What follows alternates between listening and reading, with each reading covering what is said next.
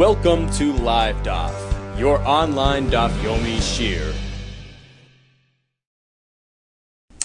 Shalom Aleichem and welcome back to today's DAF. Bava Metzia Kuf Yudalad. We are holding at the second line. Iboilahu. The Bnei HaYeshiva had a question. This pertains to yesterday's discussion regarding misadrin. Misadrin means to arrange, to accommodate a loive, a borrower, to leave him some essentials, although you'll be compelled to take a mashka, any collateral, if he doesn't pay up, but you still accommodate his basic needs. You have to leave him his essentials, his bed, etc. So that was the discussion yesterday, and we had actually a machlekes whether or not that's required, right? Today comes the Gemara with a shaila. So what is the halacha? Is there a requirement for the lender to be misader, right? To accommodate? The bezdin has to look after his needs, give him his basic essentials.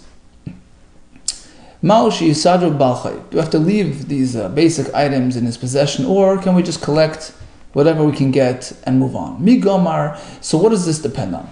So by a certain halacha called erchen, where a person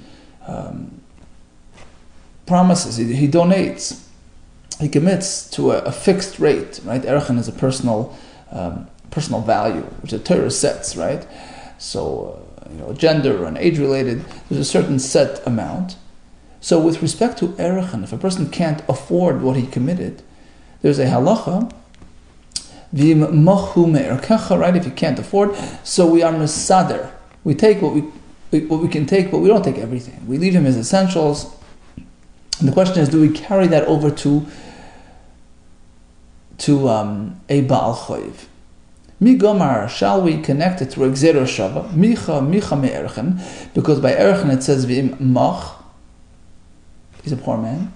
And by the parsha, the discussion regarding a loan, it says v'chiyamuch, right? Your brother will be destitute, will be desperate. So we have the lashon yamuch mach, which is basically the same, word. So do we connect the two and we say, just as over there by erchen we have the halacha of misadrin, likewise by the Baal Choiv, right? Mi gomar micha me'erchen oiloi, or perhaps we don't have this gzer shava in our repertoire. Tashmai comes a raya deshalach Ravin bigarte. Ravin sent a letter. Davar zeh, the following discussion, the following question: Sha'alti l'chol rabbi v'lo amuli davar. I asked all my teachers, nobody had an answer. Right? So this very question, whether or not we are misader by a Baal Choiv, it was a question that I posed and got no response. But however, there was actually another similar question discussed in the Beis HaMedrash as follows. So by erchen we know we are misader. What about a person promises a certain amount to the Beis HaMikdash, to the building fund. He can't afford what he promised. Do we just take everything we can get our hands on, or do we leave him certain basic essentials which he needs for his survival, for his business? So we had a machlekes amarayim in this regard by a donor, right? Rabbi Yaakov Mishmei de Bar Pada, Rabbi Yirmiyah Mishmei de Ilfa Amri. They both say like this: Kal v'chaymer and Baal Choiv. The answer will be no, and that will be derived from a Baal Choiv. Through a Kal v'chaymer, Uma Baal Choiv shmachzirin ein misadrin. We find by a Baal Choiv, right? The person takes something that the leiva really needs, so he must keep on returning it to him, as we learned in the Mishnah. So at least for the first 30 days, have to return his mattress on a nightly basis. That's called machzirin. But once his time is up, right? Let's say after 30 days are up, it's done, right? His chance is over. So basically, now you just take it and you sell it. Ein misadrin, you don't have to accommodate him for his basic needs. Hegdish, certainly by hegdish, where there's no concept of returning on a nightly basis, right? She'ein machzir, certainly. Ein idin, of course, she'ein misadrin. We don't have the halacha of misadrin. So it's pretty clear from this discussion that by a Baal Choiv there's no misadrin. But actually, there's a machlekes regarding misadrin of hegdish. Here we say By Hegdish, there's no misadrin. Rabbi Yechon disagrees. Neder be'erkach. So the pasuk is speaking about a person who's promising the erchin, and it says lashon neder. Ma erchin misadrin, av Hegdish misadrin. We learn from there, just like by erchin, there's the halach of misadrin, we accommodate for his basic needs. Same thing by Hegdish, where he promised, to donate misadrin. So we do misadrin there as well. V'idach. What do the other opinions do with this pasuk? Because they hold that by Hegdish, there's no misadrin. So what's the point of connecting a donor to erchin? It's coming to teach you a side point. B'chvoide. B'chvoide, Rashi says, means like this. If a person donates the value of a vital organ, imagine he promises to give the value of his head, of his heart. He can't just suffice by giving that item's value, that organ's value, because it's a vital organ. It's davar shahana shamatluya, but his whole life depends on that. So it's as though he promised his entire full value. That's called nidon b'chavoidai, hudasa. So the pasuk is coming to teach us. Ma erchen nidon b'chavoidai, just like by erchen. The pasuk says erkachan of fashais, and we learn from there if it's a lifeline, if it's a vital organ, that triggers a full obligation. Av Hegdish nidon b'chavoidai, likewise, if he just promised to give the value of his organ, there as well, it triggers a full-blown obligation, his full value. Continues the Gemara. So once we've established that there's no misajin by Baal Chayiv, the question will be why? Let's learn from a Kal V'chomer that in fact we are misader for Baal Chayiv. V'yisajru Baal Chayiv Kal V'chomer me'erchen, based on a Kal V'chomer from erchen. Uma erchen she'en machzir misajin. If by erchen we find that we don't have this idea of returning his mattress every night, once the gizbar takes it, right? There's no, you don't give it back to him on a daily basis and whatever. But we are still misadrin. We accommodate his basic needs. We don't sell off his stuff. Baal Chayiv shemachzirin in addition misadrin. Certainly by Baal Chayiv we have this obligation, this daily return policy. Give him back his plow by day, his mattress at night. Certainly we're not going to just sell these items off and not accommodate his basic needs. Amakro, no, the pasuk says v'yimachu me'erkecha. Right, so by the fellow who's obligated to give the erchen, we have the pasuk v'yimachu me'erkecha, and in this pasuk we learn that you have to actually provide for him. It says machu me'erkecha. Who means he has to have some sort of self-sustainment, right? So we learn from there that it's a specific halacha. Who v'lei Baal Chayiv? Only this fellow. By erchen we do this, but not by the Baal Chayiv. V'idach. Now, what about the other opinion we had yesterday that we are misader for Baal Chayiv? What does he do with this pasuk?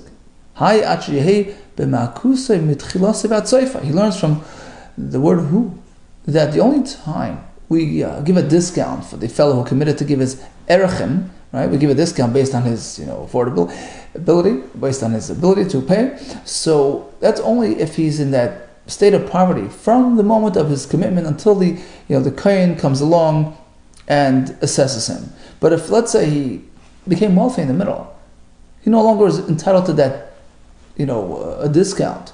He can afford it, he has to pay his full value, the full erchen amount. Continues Gemara another angle. Okay, so by a hegdish, we have no concept of machzirin, right? That daily return policy. Why not? The answer should be yes, based on the Baal Chayiv. Uma Baal Chayiv she'ein masadrin. If by the Baal Chayiv, there's no masadrin, there is machzirin. Hegdish she'misadrin. In addition, machzirin. Certainly by hegdish, where we have masadrin, as we've established, certainly we should do machzirin. Amakra v'shacha b'simlasei b'rechacha. Torah says, return his pajamas at night or whatever, and he'll bless you. Oh, that only pertains to a private person. Hegdish doesn't, need brachas. Yotza Hegdish, she'ein tzarech bracha. Hegdish doesn't need your brachas. So this concept doesn't apply to Hegdish. V'loi, really? There's no concept of bracha by Shemayim, right? There is. We do it all the time. We say brachas to Hashem, right? That opens the channels. Hashem set up the world in that manner, that we have the ability to open the channels. That's the idea of the bracha, right? To draw forth the shefa, the bracha. After a good meal, what do you do?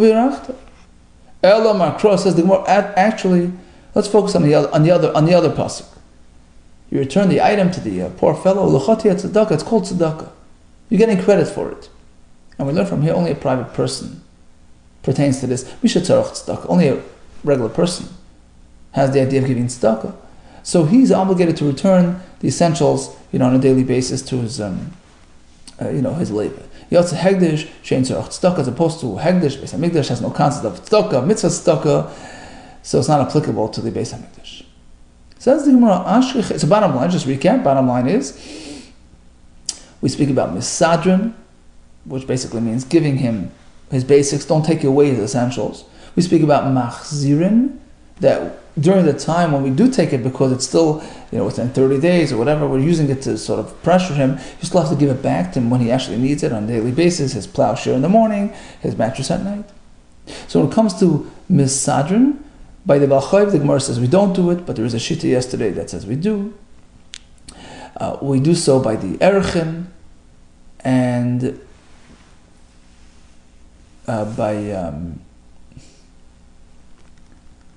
and we don't do we and regarding machzirin, we do that by the Balchayv, and we do not do that by hekdesh. Okay. Ashkeche Rabba Barabo Elio. Rabba Barabo met Elio Navi. The Koybes Akvaras Shel Oid Gecham. Where did he find him? In the middle of a cemetery, a non-Jewish cemetery. Amarle, he had a few questions for him. Maushi is Sadr Balchayv. Oh, I have a question. Do we do Misadr by the Balchayv?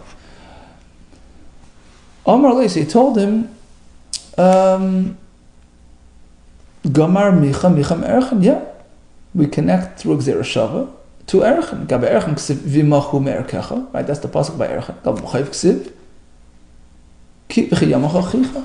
So according to Eliyahu Navi, yeah, we allow for this. We accommodate the borrower. We leave him his basic, equipment, what he needs for his livelihood, etc. Next question was, Menayin le'orim shel yitrim. How do we know that a person who's undressed cannot take off the truma and make the bracha? And he answered him, so places which are meant to be covered, these are the places of erva, should not be exposed when there is words of kedusha being spoken. Next question, by the way, Farshim asked, how could you discuss halachis? How could you paskin based on Eliyahu Navi, who's a malach, right? You're not meant to draw forth from Leiba Shemayim. You can't determine halachis based on heavenly messages. So there's a wonderful chiddush from the Chasam Sofer. He says that Eliyahu Navi can take on two forms: an angel form, like we find by the when it comes to every bris. All the bris is taking place at the same time, simultaneously, and there's Eliyahu Navi dressed up like a person, presenting like a basar adam.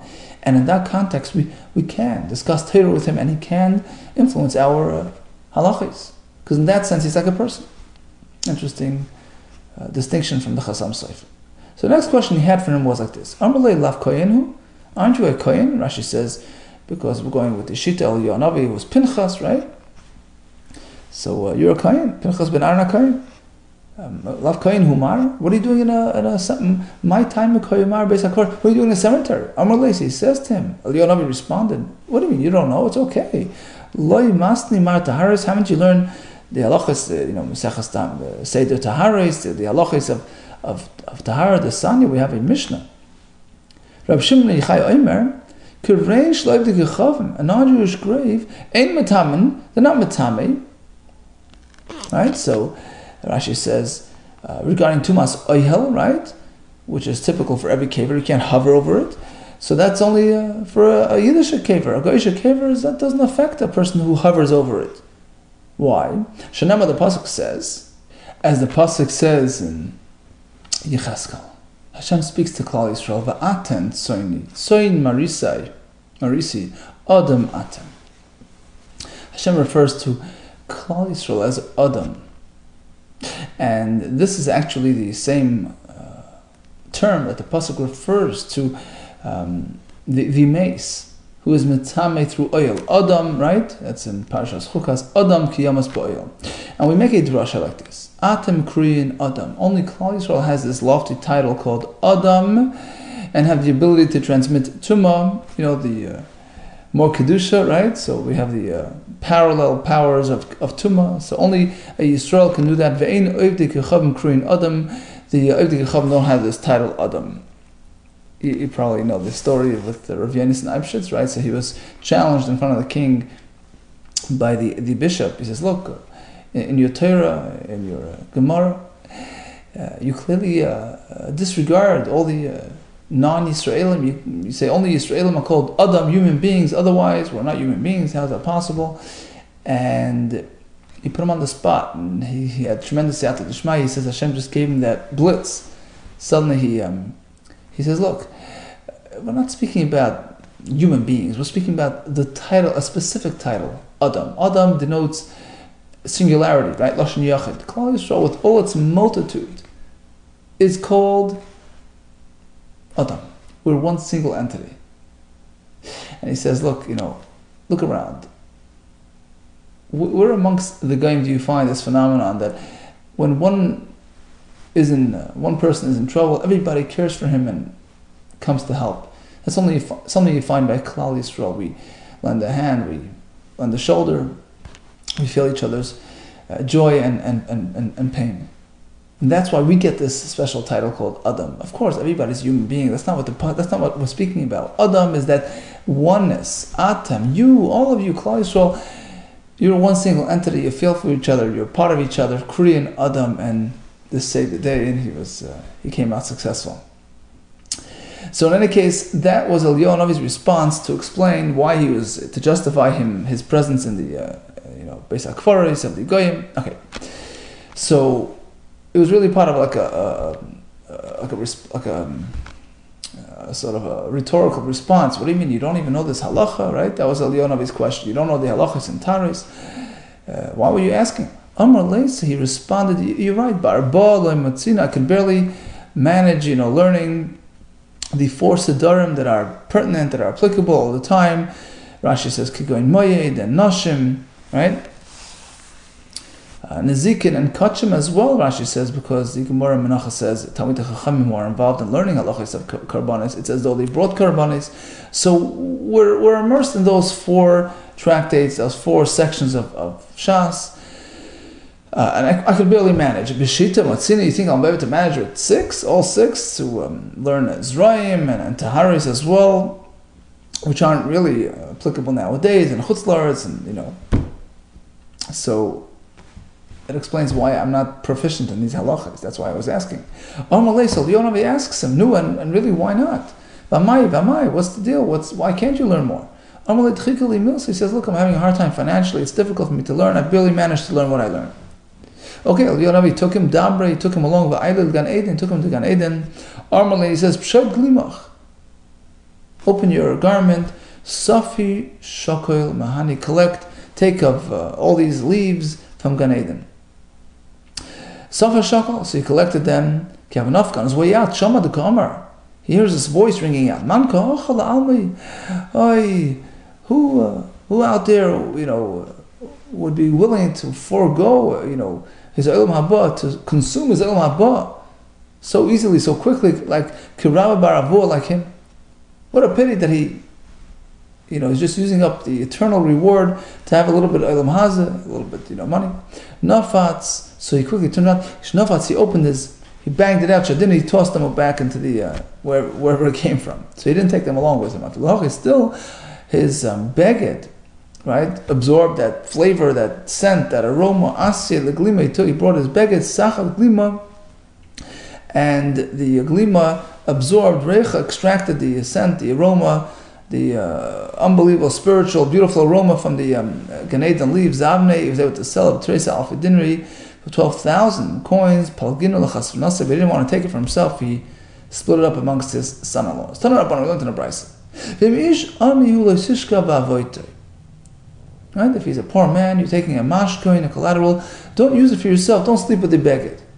Ha'asher shachib. If he's a poor man, he can't use it. But if you're taking it from a wealthy man, you can use it. How can you do that? Rashi says, Ribbis, you lend him money, you can't benefit from him. Michael Amar, what does this mean? Amar of Sheshach, Amar means like this. If he's a poor man, don't sleep, meaning don't keep it overnight. Don't keep the item with you. Not using it, but you can't even keep it with you. He needs it for pajamas. But if he's a wealthy man, he doesn't need this extra pair of night clothing. Shachiv, you can stay overnight and have the item with you overnight, but you can't use it, of course. Tana Rabbanan, we learned in a brayso. Hamal, here comes another cryptic brayso. Hamal is chaveroi eni rashe lemashkanoi. You lent your friend money, you can't take a mashkan. Ve'enoi chayav lachshaloi, and you're not obligated to return it to him. Ve'oiver b'chol shemos halalu, and you can violate. You will be over all these averes. Which averes? Rashi says, Pasuk instructs you to return it to him when he's in need. Hashem tashiv. Don't keep it with you overnight. Give it to him before nightfall. Bottom line, you're over everything. Ma'ikama, what do you mean? First you say, I don't have to return it. Then you say, if I don't, I'm over. It means like this. If you lend the money, you cannot take a mashkan. If you took it, he has to return it to him. And he's over on all these averes. Aseifa. So it's going on the last point. If you fail, if you don't give it back to him, right, then you're over all these averes. And this is based on that Mishnah we had in DAF Kufiyat Gimel, that a person on his own cannot take a mashkan. It has to be through the bezdin, right? And we're speaking, of course, that he defaulted, because, as we're going to see in a minute, if he takes the mashkan as he's giving him the money, it's a totally different story. Rava has a different pshat in the brayso. Amar means like this: if you lend your friend money, you can't take a mashkan. If you did take it, you have to return it. When is that true? He took it not at the time of the loan, meaning he lent a fellow money without a mashkan, then he defaulted. You're not allowed to take the mashkan on your own. But if you took the mashkan in exchange for the loan, right, it was at the same time, that's okay. In that case, he doesn't have to return it to him at all. Because the idea of returning the mashkin when the fellow really, that's only when he got it after the fact, through the bezdin or whatever. So then the halacha is, okay, give him back the plowshare by day, the pillow at night, right? But if he took it in exchange for the money initially, he doesn't have to. There's no din of chazor, and the brayso concludes, it's not going on this last case. In this case, you don't have to return it. You're not over anything. Arasha is going on the first case, where he received the mashkin later on, after the fellow defaulted. Then we have the halachas of chazora, you have to return it to him as per his need. Tani Rav Shezvi came the Rav Shezvi presented a brayso in front of Rav like this. Again, another cryptic brayso discussing returning a mashkin. Ad bay hashemesh tishiven loy. Make sure, right? If you took the mashkin, right, return it to him before nightfall. The brayso says, Zu kesus laila. Sorry, give it back to him before daybreak, meaning make sure he has it in the morning. Right, Rashi says, Mashma ba boiker tishiva. Give it to him so he has it until nightfall. Basically, it has to be in the other fellow, the borrower's possession, the owner's possession, a whole day. And the brayso says, Zuksus laila. That's going on a night garment, which is needed at night, which sounds a bit confusing here, right? Then the brayso continues, Hashiv tashiv lo yisavoid. Give him back the mashkin. Kivay hashemesh. At nightfall. And what is that? Zuksus, a day garment. What's going on here? Amar Leisa, Rabbi responded, the Yimama Beleli Lamali. If it's a day garment, why would the loiva need it at night? Would the leli be Yimama Lamali? If it's a night garment, right, in the other case, why would it need it by day? What's the point? Amar Leisa, the Rav Shezvi said, okay, Smaya, do you want me to delete this inaccurate brayso? Amar Leiloi. Rabbi responds, no. Just modify it. Re-explain. Hachikama. The brayso means like this. Ad bay hashemesh tishiven eloi. Zuksus yom. So we're switching that, right? Instead of zuksus line, ad bay hashemesh tishiven eloi. Zuksus yom. That's going on a garment that the owner needs by day. So make sure he has it by day. Shenitna, when the Brisa says something about Laila here, it means like this, Shenitna lachba b'Laila. In terms of the malva, he can keep it at night. Because it's only needed by day. And the Brisa continues, make sure to return it to him before nightfall. Zuksus Laila, that's a night garment. Shenitna lachba b'yom. The Brisa says, well, it's a day garment, meaning the malva can hold on to it by day. Amar b'Echad, Mishkanoi Umeis.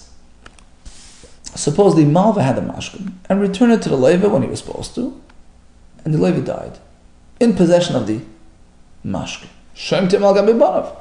The malva has the right to go and grab it from the kids, unlike typical objects metathlon of yisayim that are not bound to their father's debts, as we learned many times. Here it's different, because once the malva has the mashkin in his possession, it's like it's his. Even though you return it temporarily to the leva, no, the malva is like the owner.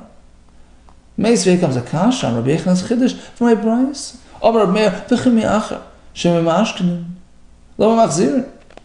Look, once you take the mashkin, what's the point of giving it back to him? Shouldn't the malva just hold on to it? Asks the Gemara, what do you mean? Lama machzirin? Why do we return? Rachman amar ahad. The Torah instructs us to do so. It's a mitzvah. Ella, the question was like this. Rather, me'acha shemachzirin lama choyzirin mashkenim. What's the whole back and forth about? If you have to give it back to him anyways, so why take it back? Right? You took it once, fine. When they have to return it to him at night, why take it back the next morning and go back and forth? So you have two reasons. Number one, even if Shemitah comes along, typically Shemitah undoes loans, undoes debts. But here, the malva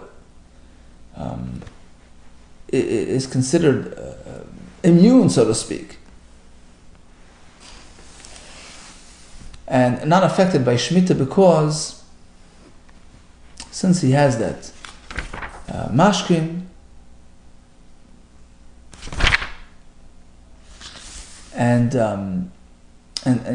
although he's giving it back to him, he's taking it back the next morning, he's still sort of an owner, he's in possession of that mashkin. That preempts the Shemitah effect, as we learn in Masechah Shvius. The point is, don't pursue your leva, but here he has sort of, he has access to the value of the loan through the mashkin, so it's not affected by Shemitah. That's number one. Number two, the second point is that in this case we don't consider this item to be the heirs, the yisayim's metalton, which are typically not committed to their father's debt, right? As we explained before. And that's all because Taima, the Hadar Umashkani. So apparently that's only because, due to the fact that he retook that mashkin. After all, that's what the Bryce was explaining. Why is he retaking it if he has to give it back to him again anyways? Point is, because when he has it, he's in control of the debt, and the item is not called metalton of Yisayim. It's like the malvas. That's only because he already has it now in his hand. He currently has it. But let's say he left it in the hands of the labor, and then he passed away, and it's by the kid's life. It appears from the Brisa, he wouldn't apply this logic. He wouldn't apply this concept. The malva cannot take it from the kids. That's a kasha on Rabbi Yehuda. Amar Adabar Masno. No. In any case, haven't you, you had to explain the remodify the Brisa, right? Reword it, right? Like we said before, we have to switch the wording, right? So once you're doing that, Torah may as well just modify it as follows, in a way which is consistent with Rabbi Yehuda. The Brisa means to ask, once you're going to be compelled to return it to the leva when he needs it, what's the point of taking it initially? That's what the Brisa meant to ask. Why was he ever taking it? On that, the Brisa responds with two answers. Number one is the Shemitah point.